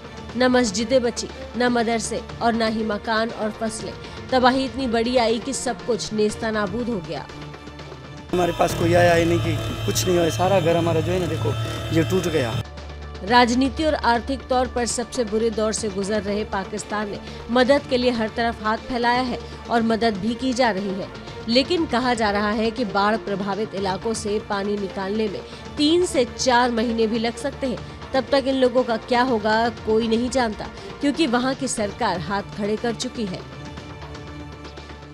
और हैदराबाद से बड़ी खबर आपको बता रहे हैं, जहां एक इमारत में आग लगने से 8 लोगों की जान चली गई। इमारत के बेसमेंट में एक इलेक्ट्रिक बाइक के शोरूम में आग लगी थी। आग भड़क गई और इस इमारत की ऊपरी मंजिलों में पहुंच गई। ऊपर की 4 मंजिलों पर होटल चल रहा था और 25 से 30 लोग यहां ठहरे हुए थे जो आग में फंस गए। कुछ लोग तो जान बचाने के लिए ऊपर से ही कूदने लगे। हादसे में 6 लोग जख्मी भी हुए हैं। प्रधानमंत्री मोदी ने इस हादसे पर दुख जताया और मृतकों के परिवार के लिए 2-2 लाख के मुआवजे का ऐलान किया है। साथ ही घायलों को 50,000 रुपए की मदद देने का भी ऐलान किया है। तो बड़ी खबर आपको बता रहे हैं, प्रधानमंत्री ने भी इस हादसे पर दुख जताया है। साथ ही मृतकों के परिवार के लिए और घायलों के लिए आर्थिक सहायता का ऐलान किया गया है। इलेक्ट्रिक बाइक चार्जिंग के दौरान यहां आग लग गई थी। इस वक्त की बड़ी खबर हैदराबाद से आपको बता रहे हैं। आग लगने से यहां 8 लोगों की मौत हो गई। बता दें कि नीचे ये इलेक्ट्रिक बाइक का शोरूम था, जहां इमारत के बेसमेंट में ये शोरूम था, जहां आग लगी और आग भड़क गई और आग भड़कते हुए इमारत की ऊपरी मंजिलों तक पहुंच गई। ऊपर की 4 मंजिलों पर होटल चल रहा था, जहां 25 से 30 लोग ठहरे हुए थे जो आग में फंस गए। कुछ लोग तो जान बचाने के लिए ऊपर से ही कूदने लगे। इस हादसे में 6 लोग जख्मी भी हुए, जबकि 8 लोगों की मौत हो गई। प्रधानमंत्री मोदी ने इस हादसे पर दुख जताया और मृतकों के परिवार के लिए 2-2 लाख के मुआवजे का ऐलान किया। साथ ही घायलों को 50,000 रुपए की मदद देने का ऐलान किया गया। तेलंगाना का इस सिकंदराबाद का इलाका, जहां पर आग लगी, इलेक्ट्रिक बाइक का ये शोरूम था और बैटरी चार्ज करने के दौरान यहां इस शोरूम में आग लग गई। और ये ट्वीट आप टीवी स्क्रीन पर देख रहे हैं जो प्रधानमंत्री की ओर से किया गया है। तेलंगाना के सिकंदराबाद में आग लगने से हुए लोगों की मौत से दुखी हूं। शोक संतप्त परिवारों के प्रति संवेदना। पीएमएनआरएफ से प्रत्येक मृतक के परिजनों को 2 लाख रुपए दिए जाएंगे और घायलों को 50,000 रुपए दिए जाएंगे। तो ये आर्थिक सहायता का ऐलान किया गया प्रधानमंत्री की ओर से। आशीष हमारे सहयोगी जुड़ रहे हैं हमारे साथ। आशीष, इस पूरे हादसे में 8 लोगों की मौत हो गई और 6 लोग जख्मी हैं। अभी वहां पर क्या स्थिति है? जी देखिए, मैं आपको दिखाना चाहूंगा। ये बेसमेंट है, ये सेलर है इस बिल्डिंग का। ग्राउंड +4 की बिल्डिंग है और यहाँ से आग शुरू होती है। आप देख सकते हैं नीचे इलेक्ट्रिक व्हीकल पार्क है और इन इलेक्ट्रिक व्हीकल से आग शुरू होती है। बेसमेंट से आग शुरू होती है। बेसमेंट में ही सीढ़ियां हैं, पूरे सीढ़ियों को आग और धुआं अपनी चपेट में ले लेता है। फर्स्ट ग्राउंड फ्लोर पे इसके ये इलेक्ट्रिक व्हीकल का शोरूम है, उसके ऊपर ये गेस्ट हाउस है और यहाँ से ऊपर के स्थलों में आग और धुआं फैलता है। पहले और दूसरे मंजिल से गेस्ट हाउस में जो गेस्ट फंसे होते हैं, करीब 25 से 30 गेस्ट थे आग हादसे के समय, वो इस आग की चपेट में आ जाते हैं। उनको बचाने के लिए यहाँ फायर ब्रिगेड की गाड़ियाँ आती हैं, पुलिस और प्रशासन के लोग पहुँचते हैं। कुछ जो परेशान जो लोग थे जो इसमें फंसे हुए थे बिल्डिंग में, वो खिड़कियों पे आते हैं और कुछ लोग ऊपर से कूदने की भी कोशिश करते हैं। उनको स्थानीय लोग बचाते हैं। दुखद ये कि अब तक इस हादसे में 8 लोगों की जान चली गई है और अब प्रधानमंत्री ने राहत और मुआवजे का ऐलान किया है। राज्य सरकार ने भी जांच के बात कही है और मुआवजे की चर्चा हो रही है। लेकिन दुर्भाग्यपूर्ण हादसा दुखद ये कि ये जो लोकेशन है, ये जो होटल है, ये जो लॉज है, ये सिकंदराबाद रेलवे स्टेशन जो कि काफ़ी व्यस्त रेलवे स्टेशन उसके बिल्कुल करीब था और यहाँ पर जो गेस्ट थे वो ज़्यादातर ऐसे लोग थे जो शहर में किसी न किसी कार्यवश, किसी न किसी काम की वजह से आए थे।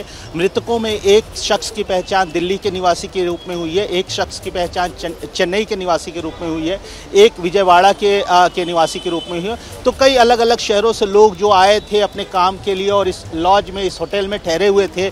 कल शाम की आग, करीब 10 बजे की आग के बाद उनकी मौत हो गई है। 8 लोगों की मौत अब तक प्रशासन कंफर्म कर रहा है। करीब करीब आधा दर्जन लोग इस हादसे में घायल हुए हैं, जिनको अलग अलग हॉस्पिटल्स में जिनका इलाज चल रहा है।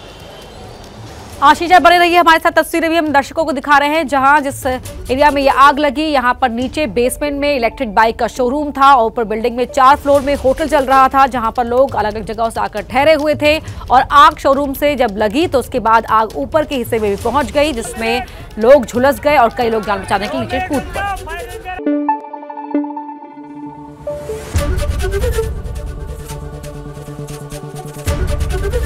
ABP न्यूज आपको रखे आगे।